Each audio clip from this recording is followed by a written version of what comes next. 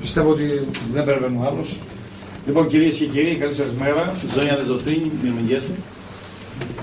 Κύριε Πρόεδρε, I nderuar kryetar, φίλοι από την γειτονική περιοχή της Αυλώνας και του Αγίου Σαράντη της Αλβανίας miq nga zonat fqinje të Sarandës dhe të Vlorës, të qarkut të Vlorës, και μέλη του Επιμελητηρίου Θεσπρωτείας.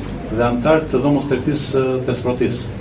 Να σας καλωσορίζω στη σημερινή εκδήλωση που υλοποιείται μέσα από το πρόγραμμα Impact Plan IPA Ελλάδα-Αλβανία 2007-2013. Ναι, πάτε. Ju urojmë mirëseardhjen në takimin e sotëm, në këtë eventin e sotëm, i cili kryhet në kuadrin e projektit Impact Plan të programit IPA Greqi-Shqipëri për vitet 2007, për periudhën 2007-2013.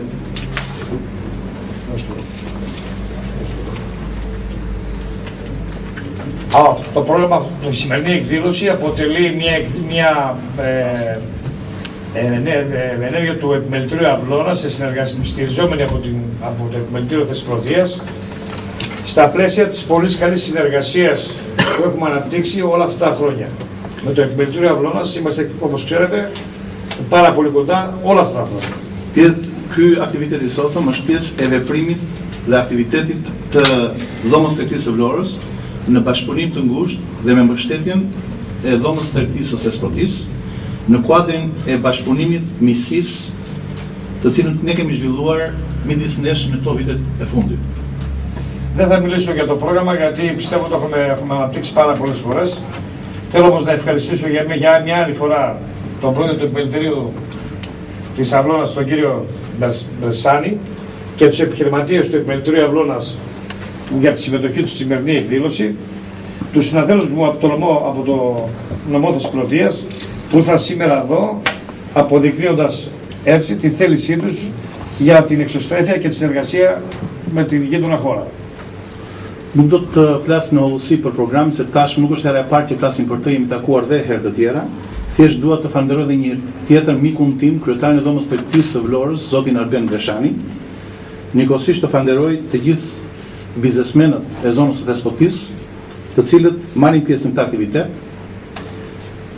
Dua të falenderoj biznesmenët e dhomës tregtisë së Vlorës, të Sarandës, të cilët marrin pjesë, duke treguar në këtë mënyrë që ne jemi të hapur për të dalë nga vetja jonë dhe për të zhvilluar dhe më tej bashkëpunime με qinjet tanë. Επίσης, θέλω να τονίσω σε όλους τους συμμετέχοντες ότι στο τέλος της εκδήλωσης, ασχέτως αν τα καταφέρουν να αποχωρήσουν από εδώ με κάποια συμφωνία, θα έχουν ήδη κερδίσει.